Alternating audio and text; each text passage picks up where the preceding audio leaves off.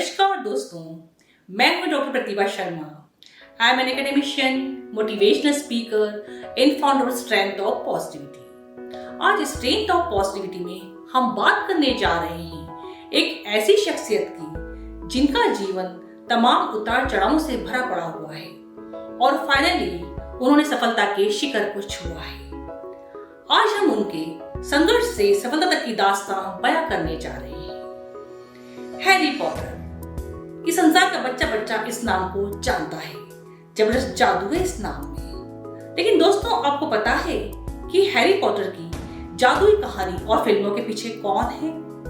Harry Potter की अजीब, काल्पनिक और मायावी दुनिया रचने वाली लेखिका जेके रोलिंग की कहानी कम दिलचस्प और प्रेरणादायक नहीं है। जितनी रहस्यमय और जादुई ये किताबें और फिल्में हैं ना, उतनी ही संघर्ष से भरी दास्तान है इसको रचने वाली, इसको बनाने वाली लेखिका जेके रोलिंग की। दोस्तों, हैरी पॉटर की फंतास्टिक दुनिया को रचा है जोआन के रोलिंग ने, जिनका निकनेम है जेके रोलिंग। जेके रोलिंग का जन्म 31 जुलाई 1965 में ये ग्लस्टरशायर, इंग्लैंड में हुआ था। इनके पिता एक एयरक्राफ्ट इंजीनियर थे और इनकी मां साइंस टेक्नीशियन थी। इनकी 2.5 साल की छोटी सिस्टर थी जिन्हें बचपन में ये अक्सर मायावी दुनिया की कहानियां लिखकर सुनाया करती थी। जब ये टीनेजर थी तब इनके रिश्तेदार ने इन्हें जेसिका मिटफोर्ड की ऑटोबायोग्राफी ऑनर्स एंड रेबल्स पढ़ने को दी। रोलिंग को किताब इतनी पसंद आई कि मिटफोर्ड उनकी हीरोइन बन गई और उन्होंने जेसिका मिटफोर्ड की सभी किताबें पढ़ डाली। जेके रोलिंग के अनुसार उनके किशोरावस्था के दिन कुछ खास नहीं थे। उनकी मां अक्सर बीमार रहा करती थी और उनके पेरेंट्स यानी कि उनके माता पिता में हेल्थी रिलेशनशिप नहीं थे। उनके बीच अक्सर झगड़ा होता रहता था। रोलिंग के स्कूल में कोई खास उपलब्धि नहीं थी, लेकिन हाँ, वो एक अच्छी स्टूडेंट थी। उन्होंने इंग्लिश, जर्मन और फ्रेंच लैंग्वेजेस में ए लेवल की एग्जाम पास की थी। उसके बाद उन्होंने प्रसिद्ध ऑक्सफोर्ड यूनिवर्सिटी में एडमिशन के लिए एंट्रेंस एग्जाम दिया। अनफॉर्चुनेटली उनका ऑक्सफोर्ड में एडमिशन नहीं हो पाया, अतः उन्होंने यूनिवर्सिटी ऑफ एक्सीटर से क्लासिक्स ऑफ फ्रेंच में बीए किया। अपने ग्रेजुएशन के बाद जेके रोलिंग ने एम्नेस्टी इंटरनेशनल और चैम्बर ऑफ कॉमर्स में छोटी मोटी नौकरी की। एक बार वो मैनचेस्टर से इंग्लैंड आ रही थी कि उनकी ट्रेन 4 घंटे लेट थी। इसी सफर के दौरान उन्होंने एक लड़के की कहानी जो कि जादुई स्कूल में पढ़ने जाता है लिखने का आइडिया आया। अपनी मां के देहांत के बाद जेके रोलिंग पोर्तो पुर्तगाल में इंग्लिश पढ़ाने लगी। रात में वे इंग्लिश पढ़ाती और दिन में हैरी पॉटर की कहानियां लिखा करती थी। इसी दौरान उनकी मुलाकात एक बार Portuguese television journalist George artist से हुई और उन दोनों में प्यार हो गया और उन्होंने शादी कर ली। उन्हें एक बेटी हुई जिसका नाम उन्होंने अपनी हीरोइन, अपनी रोल मॉडल जेसिका मिटफोर्ड के नाम पर जेसिका रखा। किंतु ये शादी कामयाब नहीं हो सकी और 1 साल कुछ अवधि के बाद ही उनका डिवोर्स हो गया। इन सभी बातों से दुखी होकर रोलिंग अपनी 5 माह की बेटी को लेकर अपनी सिस्टर के घर एडिनबर्ग, स्कॉटलैंड आ गई। इस समय उनके सूटकेस में 3 चैप्टर्स लिखे हुए रखे हुए थे जो कि आगे चलकर हैरी पॉटर की अद्भुत कहानी बनने वाले थे। अपने ग्रेजुएशन के 7 साल बाद जेके रोलिंग अपने आप को पूरी तरह असफल समझने लगी, कंप्लीटली अनसक्सेसफुल। इसके 3 मेन कारण थे। एक तो उनका डिवोर्स हो चुका था, दूसरा वो बेरोजगार थी और तीसरा उनके साथ एक छोटी सी बेटी थी जो कंप्लीटली उन पर डिपेंडेंट थी। अतः अवसाद तनाव में रहने लगी और यहाँ तक कि उन्होंने सरकार की ओर से गरीबों को दी जाने वाली मदद के लिए अप्लाई किया।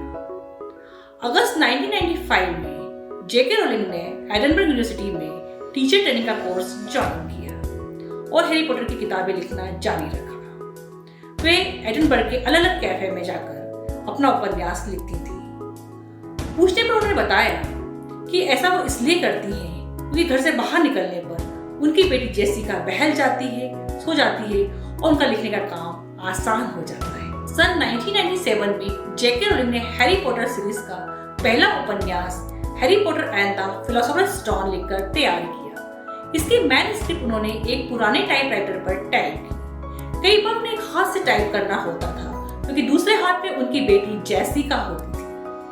जेके रोलिंग ने Harry Potter and the philosophers Stone की मैन्युस्क्रिप्ट एक एजेंट के द्वारा 12 पब्लिशर्स के पास भेजी, किंतु सभी ने छापने से इनकार कर दिया। एक साल बाद ब्लूम्सबरी पब्लिकेशन इस नॉवेल को छापने के लिए तैयार हुआ। इसके पीछे कारण था कि ब्लूम्सबरी पब्लिकेशन के जो चेयरमैन थे, उन्होंने इसका फर्स्ट चैप्टर अपनी बेटी को पढ़ने के लिए दिया था।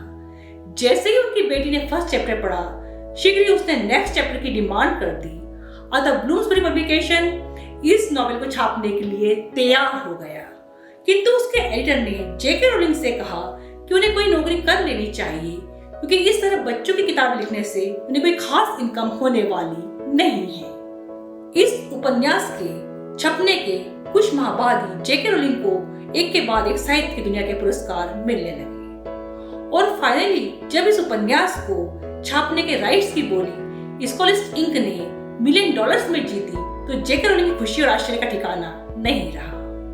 इसके बाद दोस्तों जेके रोलिंग ने हैरी पॉटर सीरीज के कुल 7 नॉवेल्स लिखे, जिन पर आधारित 8 हॉलीवुड फिल्म्स बन चुकी हैं। इन उपन्यासों और हॉलीवुड फिल्म के कारण ही जेके रोलिंग और हैरी पॉटर को विश्व भर में जाना जाने लगा। दोस्तों कौन से ये उपन्यास और कौन सी फिल्में हैं इन पर आधारित, आइए डालते हैं उन पर एक नजर। Harry Potter and the philosophers Stone, Harry Potter and the Chamber of Secrets, Harry Potter and the Prisoner of Azkaban, Harry Potter and the Goblet of Fire, Harry Potter and the Order of Phoenix, Harry Potter and the Half Blood Prince, Harry Potter and the Deadly Hallows Part 1 and Harry Potter and the Deadly Hallows Part 2। दोस्तों J K rolling के novels का 60 से अधिक भाषाओं में अनुवाद हो चुका है और विश्व के 200 से ज्यादा देशों में इन्हें पढ़ा जाता है। जेके रोलिंग ने अपने उपन्यासों और हैरी पॉटर मूवी सीरीज के द्वारा $1 बिलियन कमाए हैं और वो ब्रिटेन की महारानी से भी ज्यादा धनी महिला बन गई है। जेके रोलिंग एक बेरोजगार सिंगल मदर से एक अरबपति बेस्ट सेलर बन गई, किंतु ये सब रातों रात नहीं हुआ। उनकी लाइफ स्टोरी दुख, दर्द, अवसाद, तनाव, भावनात्मक टूटन और रिजेक्शन से भरी पड़ी है, किंतु इन सब के बावजूद भी उन्होंने अपने रचनात्मक कार्य को नहीं छोड़ा, अपनी क्रिएटिविटी को नहीं छोड़ा और रचनात्मक कार्य करती रही। उन्होंने अपने दुख, दर्द, तनाव, मुसीबतों को अपने उपन्यासों में दर्शाया है। जब उनकी मां का देहांत हुआ तो उन्हें हरमाइनी का किरदार रचा। जब वो अवसर तनाव में थी तो उन्होंने आत्मा को खींच लेने वाले दमपिशाच को बनाया। दोस्तों जेके रोलिंग की लाइफ स्टोरी से हम बहुत कुछ सीख सकते हैं। We can learn a lot from J K Rowling's life story. हम अगर दुख, दर्द, तनाव, मुसीबत को सहते हुए अपने क्रिएटिव काम, रचनात्मक कार्य में लगे रहें तो इसका रिजल्ट हमें एक दिन जरूर मिलता है। धन्यवाद दोस्तों मेरे साथ जुड़े रहने के लिए। अगले वीडियो के साथ बहुत जल्दी मुलाकात होगी, तब तक के लिए आज्ञा दीजिए।